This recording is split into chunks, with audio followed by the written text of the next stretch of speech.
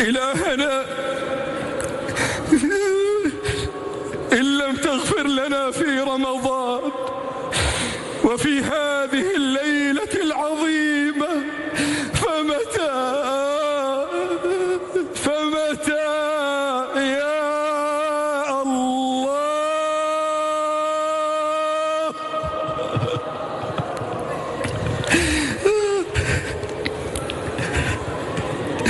اللهم اجعلنا ممن أكرمتهم في رمضان، اللهم اجعلنا ممن عتقت رقابهم في رمضان، اللهم اجعلنا ممن شفيتهم في رمضان، اللهم اجعلنا ممن فرجت عنهم في رمضان، أغنيتهم في رمضان، أسعدتهم في رمضان، وسعت عليهم في رمضان، أكرمتهم في رمضان، وهبتهم في رمضان، أدخلتهم الجنة في رمضان، أجرتهم من النار في رمضان.